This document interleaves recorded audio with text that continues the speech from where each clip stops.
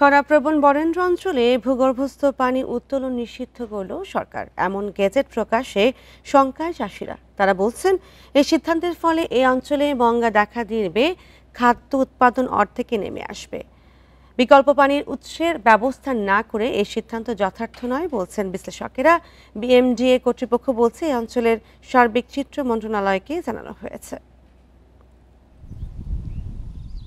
বরেন্দ্র অঞ্চলে গভীর নলকূপের মাধ্যমে ভূগর্ভস্থ পানি তুলে কৃষি জমিতে সরবরাহ করে বরেন্দ্র বহুমুখী উন্নয়ন কর্তৃপক্ষ বিএমডিএ।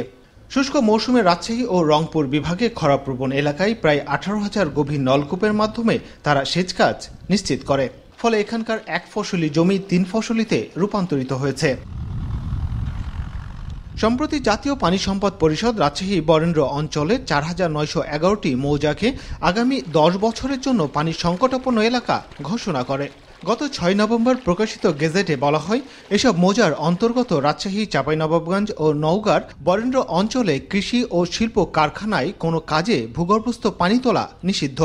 নির্দেশ অমান্য করলে 5 বছরের জেল ও আর্থিক জরিমানা করা হবে। সরকারের এই সিদ্ধান্তকে আত্মঘাতী জানিয়ে কৃষকরা বলছেন, বরেন্দ্র অঞ্চল আবারও মরুভূমিতে পরিণত হবে। কৃষক যদি ফসল উৎপাদন না করতে পারে তাহলে তো সে বাঁচিয়ে থাকতে পারবে না। তাহলে কি সে এই মাটিতে আর থাকতে পারবে? আবাদ পানি করা যাবে না। আর আবাদ পানি না করলে পরে আমরা কি খেয়ে বাঁচবো?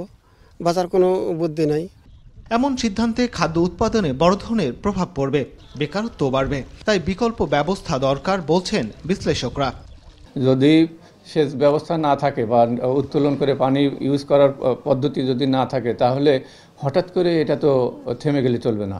কারণ এটা যদি থেমে যায় তাহলে এখানকার যে অভাব অনটন সেই আগের মতোই দেখা যাবে। বরেন্দ্র কর্তৃপক্ষ বলছে, এভাবে কৃষিকাজ বন্ধ করে দেয়া সম্ভব নয়। বিষয়টি মন্ত্রণালয়কে জানানো হয়েছে। 90% মৌজার পানি আর উত্তোলন করা যাবে না। নতুন টিউবওয়েলের তো করার সম্ভাবনাই নাই। আমরা সরকারি চাকরি করি, টিউবওয়েল চালাতে গেলে পরে সরকারি আইন লঙ্ঘন হবে, তখন আমাকে তো আবার জেলে দিবে সরকার। আর যদি না চালায় তাহলে কৃষকরা ক্ষতিগ্রস্ত, সরকার তারা ক্ষিপ্ত হবে। এ অঞ্চল থেকে বছরে 45 লাখ মেট্রিক টন খাদ্যশস্য উৎপন্ন হয়। সরকারের এই সিদ্ধান্ত বাস্তবায়িত হলে 27 লাখ মেট্রিক টন খাদ্যশস্য উৎপাদন হবে না। Mustafizur Rahman, independent news, Rajshahi.